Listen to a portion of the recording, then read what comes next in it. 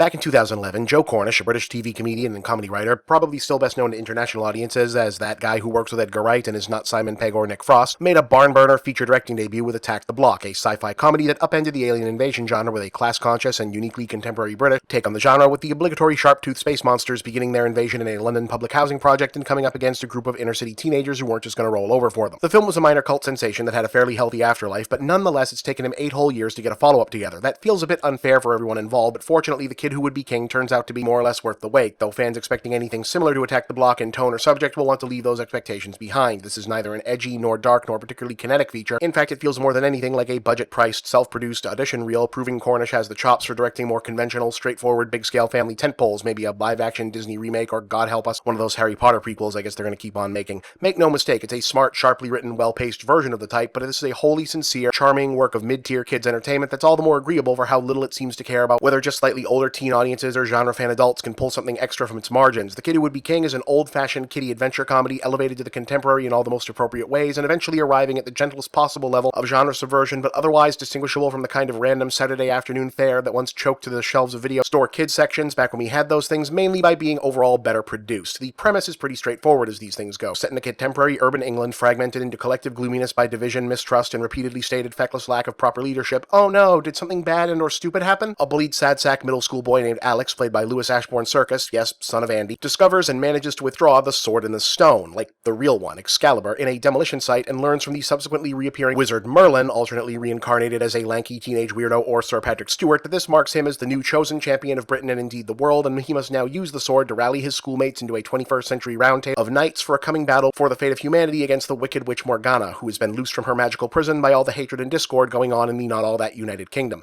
There's a 5-day countdown to get all this done, a team of friends to help out, one best buddy and a pair of former bullies made into allies because that's how Arthur did it, a quest to figure out exactly how they're supposed to do the whole defeating evil thing, and a fairly clever time distortion gimmick that allows the kids to engage in battles with Morgana's minions that endanger them but not anyone else, all building up to a very reason we made the movie feeling third act, centered on a Helm's Deep siege battle but with armored middle schoolers defending their school building from undead knights, a spectacle which, like the rest of the film, plays out in complete earnestness and feels like the most memorable moments of Attack the Block, come to think of it, consistently like a sequence the main characters would think up for themselves and are now starring in as themselves. Like, I appreciate the sequence as an adult, but it's because I recognize that when I was the age these kids are, this part of the movie would have been like the greatest thing I'd ever seen. What brings it all together, apart from Cornish simply being a very solid director, even as he appears to be deliberately eschewing the extreme stylization that was so heavily praised in Block, is that the cast of kids is very good, with the young Circus proving himself a natural lead with some fairly heavy material to hit once the film arrives at its eventual serious part. Well, as serious as a movie like this can get. As with many a Spielbergian protagonist before him, Alex is saddled with angst relating to a missing father figure, and is quick to assume that the appearance of Excalibur explains his life in the context of a secret noble bloodline a la Star Wars or Harry Potter, a trope that the film ends up having some thoughts about in a vein not dissimilar from that of The Last Jedi, though somehow I feel like Arthurian mythologists will be overall less pissy about it. Biggish ideas for an otherwise light film, but handled deftly, and the kid sells it, as do the others, tasked not only with acting as support characters with the arcs of their own, but also helping carry a subtle running theme about strength of diversity in modern Britain without coming out and stating it explicitly. The breakout star, though, is destined to be Angus Imrie as the teenage version of Merlin. The guy is a natural-born clown, playing it broad and inscrutable in order to justify the just because we said so logic of the magical rules, and damned if he doesn't pull it off consistently. Flat out hilarious, and if there's any justice, the dude will be a big star after this. The Kid Who Would Be King is the sort of movie that grown-up film geeks probably wouldn't give a second thought to if not for the person directing it, but it's also the kind of authentically sweet and dialed-in kids film by which young film geeks are forged, and while I found it perfectly charming, my suspicion is the audience for which it's intended will cherish it the way my generation did stuff like The Goonies or The Last Starfighter.